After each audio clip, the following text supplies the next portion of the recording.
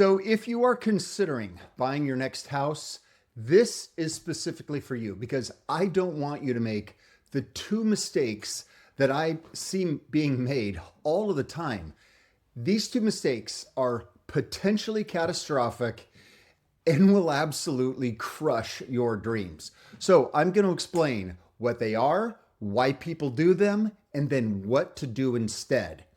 I'm also going to include another warning about a risk that most people don't even think about or are even aware of. So you're going to want to pay attention to that too. It is a huge potential landmine. So my name is Michael Hausam, and I'm an active real estate broker in Southern California. I first got into the business and the mortgage side over 35 years ago.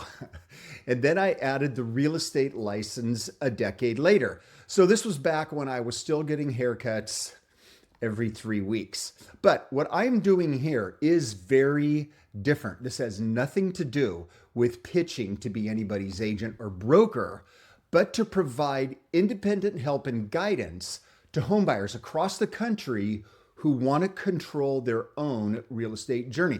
And this is totally separate from the pressure to buy or sell a house or to earn a commission.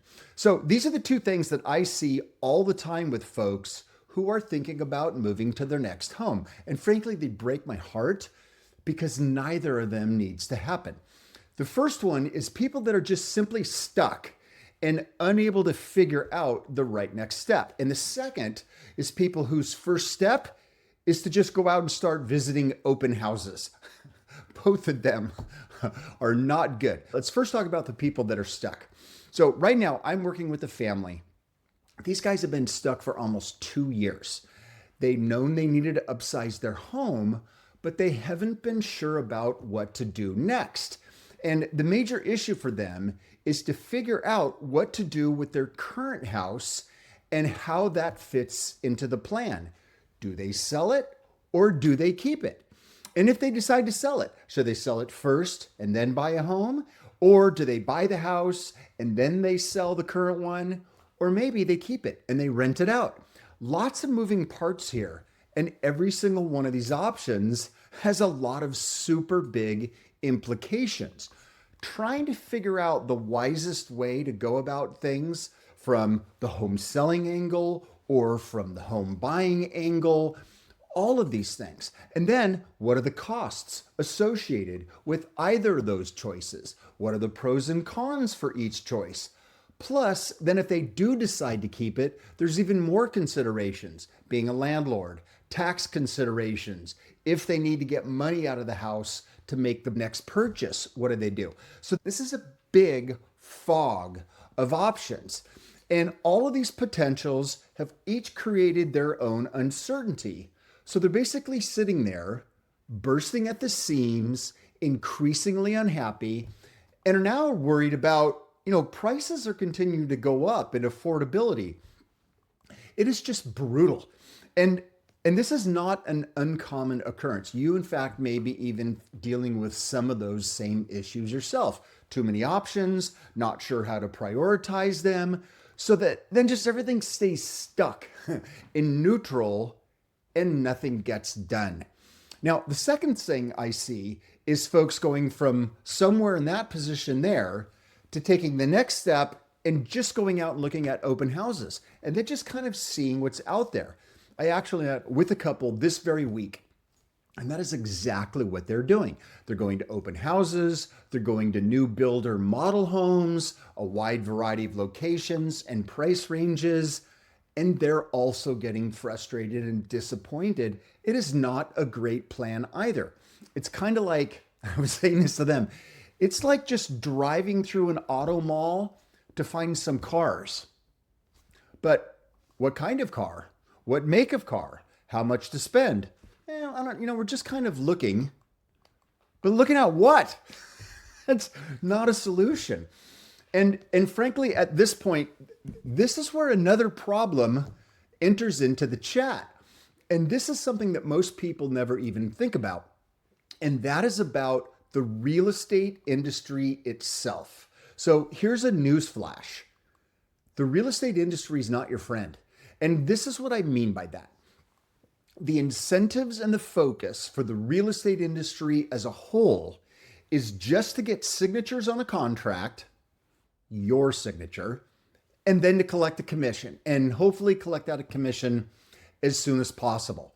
So all of the massive mergers that have happened over the last few years, including the brokerage where I hang my license, and then there's been all of these lawsuits over commissions, billions of dollars of settlements and payments, and then billions of dollars a year that is all spent on advertising.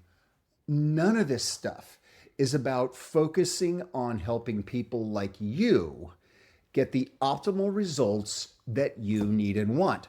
It's about customer acquisition and commission dollars. That's it. And then on top of that, you also have to layer in the additional fact that most people don't know as well. Most real estate agents are effectively part-timers. Now, it depends on the survey that you look at. Somewhere between 1/3 to 1/2 of all real estate agents have only done one transaction in the prior 12 months. And then the next 20 to 30% after that have done 5 or fewer in the previous 12 months. That's less than one sale every other month. Part-timers, right? Most people go about hiring their realtor just based on who they know over the course of their lives or who they're related to or something like that. They're not hiring them based on optimal strategies or tactics or performance. It's a very funny thing about real estate. People will carefully study and prepare to buy the right car or the right dishwasher or the right toothpaste. But when it comes to what is likely to be the largest single transaction of their lives, very little background or preparation work is done. Somebody in the mom's group, their cousin just got their real estate license. Perfect. They can help me. If you were getting a surgery, would you ever hire a doctor based on that? Oh, you just passed your medical boards? Perfect. My shoulder hurts. Dig in. So hiring somebody inexperienced or that doesn't know what they're doing is such a big risk. But frankly, it's not just the inexperienced part that's a big risk. There's actually a big risk on the entire other side of the spectrum. And let me tell you a quick story. A few weeks ago, some clients and I toured a house. In fact, I printed this out here. Let me read you the details. So this right here, this is a printout. It's a listing in Costa Mesa. They'd lowered the price $100,000 and it's at 1.3. Exceptionally upgraded 4-bedroom, 3-bath home, boasting beautiful curb appeal with a lush lawn, flowering gardens, etc. Turnkey open concept home, beautifully remodeled kitchen, inviting living room, upgraded with newer vanities, fixtures, lighting, tile surrounds, glass enclosures, flooring. The entire home has been stylish, defined outdoor entertaining space, and an incredible opportunity to own a turnkey home. This sounds amazing. But when we got there, this house was a complete mess. It was disgusting adjacent. The furniture was totally different than was in the pictures. The upgrades were 15 years old, super tired. Furthermore, it was an active substance abuse recovery home. Now, of course, facilities like this are super important given the world we live in, but a heads up would have been nice. Text from the agent. Hey, this is an active business location that's being used as a recovery home. But this house was such a dump and the vibe was so bad. But here's the essential point. The listing agent on this home, top 10 agent in Orange County by total sales volume. There are literally only a handful of agents across the country that sell more houses. I actually printed out their marketing brochure. Number one realtor in this particular city. I don't want you to figure out how it is. For the last 24 years. #1 resale agent in Orange County for the last 5 years. $2.7 billion in lifetime sales, $275 million closed last year alone. Impressive. But think about the seller of this house for just a second. I'm sure they have no idea what a disaster their listing is. They hired one of the top selling agents in the country, but it's probably going to cost them 15 to 20% of the value of their home because of the way that home has been brought to market. This guy trusted his home sale to a top expert, and the way they're handling it is going to cost them $150,000 to maybe $250,000. My clients couldn't wait to get out of the house. He's off somewhere, totally confident he hired an expert and has no idea of the money that's just hemorrhaging all over the marketplace. And these things right here, this is why I have come to the firm conclusion that before somebody hires a realtor or even begins their real estate journey, they need to know exactly how to control the process themselves from start to finish. There is way too much money on the line, and it is too important of a journey just to blindly delegate those decisions and those steps. So what is the next step? Whether you're stuck, like the first family I mentioned, or you're just starting out, or you just have an idea of knowing what you want to do, or maybe you're out looking at houses and you're kind of overwhelmed with all of that. You need to have a plan. You need to have a blueprint, or you need to have a map that shows every single step of this journey. And frankly, I like the blueprint or the map analogies. They're kind of perfect, especially the blueprint being real estate. You would never just start building a house out of the blue, nor would you ever just hop in the car and start driving. You would need to have a blueprint first, or you need to have a map that shows you exactly how you're going to get to your destination. In fact, let me pull this out of my bag and show you this. So this right here, this is the blueprint. This is the map that I use for my business. This is what I use for my students in my House Advantage program as well. And let me just briefly explain this to you. These milestones right along here, these diamonds, these explain in detail the what and the how of everything that must be done to get you from where you are right now to your goal destination, all the way down here. And it's at the end of this step here where you get your new keys, okay? But you're starting up here. And all of these steps and everything you have to do is included. And I don't know if you can read the detail here, but actually going to look at houses isn't here until the middle point. You don't do that at first, okay?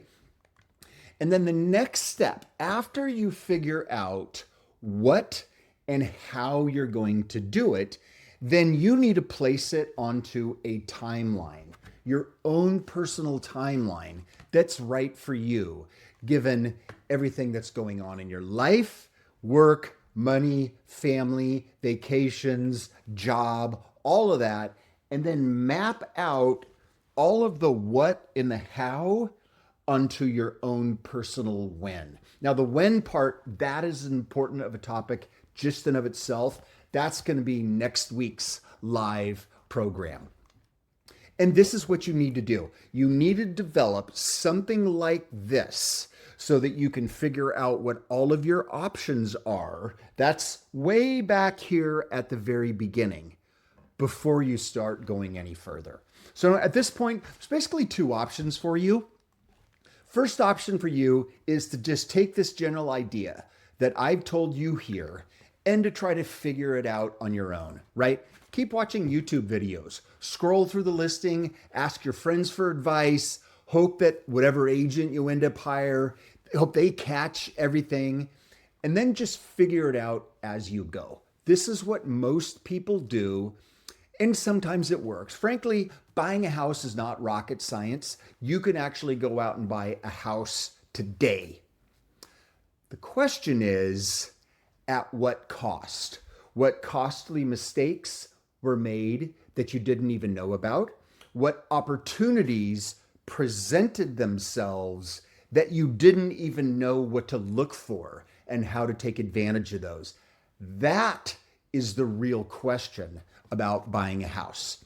And so for that, there's a second option. And that option is that we go through this together, that I help you create a plan like this to help you think through your timing, your decisions, everything you need to know and do right from the beginning. And then after creating that, to then guide you on the remainder of your journey, and not having a guide that's focused on making a sale right now or a commission right now or getting a signed contract right now. Having a guide that's focused on you and what you need and want. So if that would seem to be this second option, if that would seem to be a better alternative for you, the next step is for you to take my free real estate readiness assessment. It's a tool that I have developed to let you know in a very brief period of time. It's free. There's no cost to it, first of all. Secondly, it only takes about 4 minutes to do. And not only will it let you know how ready you are for today's marketplace, it has 4 different main categories that tells you where you're strong and the areas that you could use improvement. And then from there, we can figure out how best for me to help you. This thing takes just a couple of minutes. So when you're done with that, then you'll have a perfect indication of how ready you are to face the real estate market. And then the option after that is to get in touch with me for further discussion. I appreciate you watching. There's a link in the description below on Facebook and YouTube. I'm also going to put it in the comment. Should be one sitting here right in the comments as well. So I'll make sure to include that. Thanks for watching.